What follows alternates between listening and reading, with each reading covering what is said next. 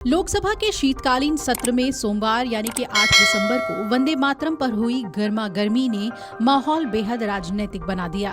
प्रधानमंत्री नरेंद्र मोदी और बीजेपी सांसद संबित पात्रा समेत तेलुगु देशम पार्टी के सांसद ने भी कांग्रेस पर राष्ट्रीय गीत के अपमान का आरोप लगाया। कांग्रेस ने इसे बीजेपी की राजनीति करार दिया। इस बहस के दौरान राहुल गांधी और प्रियंका गांधी की गैर हाजिरी ही सबसे बड़ा मुद्दा बन गई।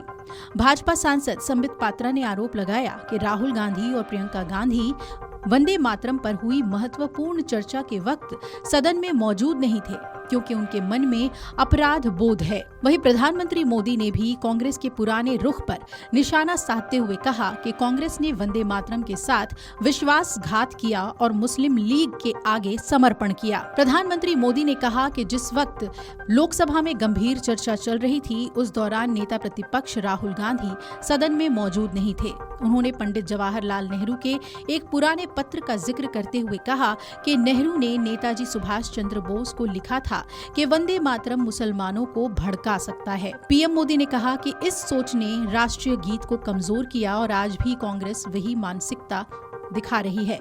तेलुगु देशम पार्टी की सांसद डॉक्टर बायरेड्डी शबरी ने कहा कि प्रधानमंत्री मोदी ने युवाओं में देशभक्ति की नई भावना भरी है। उन्होंने कहा कि हम ये गीत सम्मान के साथ गाते हैं, लेकिन कुछ नेता और लोग मां भारती के आगे झुकने तक को तैयार नहीं हैं। उन्होंने तंज कसते हुए कहा कि शायद उनका विदेशी डीएनए उन्हें इस चर्चा में शामिल होने से रोक रहा है। अनुराग ठाकुर ने भी चर्चा में भाग लिया। हिमाचल प्रदेश की हमीरपुर लोकसभा सीट से निर्वाचित भाजपा सांसद अनुराग ठाकुर ने वंदे मातरम पर चर्चा में भाग लिया और कहा कि आने वाली पीढ़ियों के लिए आज की चर्चा ऐतिहासिक दस्तावेज की तरह बनकर उभरेगी। उन्होंने कहा कि ये कोई धार्मिक गीत नहीं, ये राष्ट्र की आत्मा और भारत के गौरव का गीत है।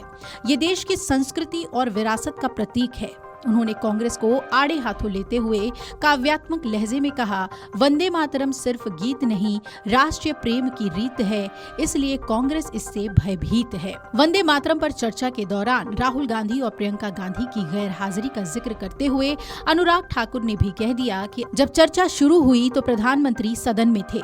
जिस परिवार को दशकों तक देश में नेतृत्व करने का मौका मिला, उसके 2 सदस्य सदन में मौजूद ही नहीं रहे। इतना भय।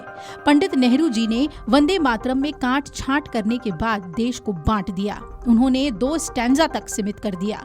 राहुल जी ने केवल 1 लाइन गाने को मजबूर कर दिया था। आज जब चर्चा हुई तो दोनों ही गायब हो गए। अनुराग ठाकुर ने यह भी कहा कि संसद के बाहर गलियारों में ऐसी चर्चा हो रही है कि प्रियंका जी पिछले 5 दिनों से पूरा वंदे मातरम याद करने की कोशिश कर रही हैं। मैंने सुना है कि वो बगैर पढ़े सदन में पूरा वंदे मातरम गाने वाली हैं। इसका भी इंतजार रहेगा।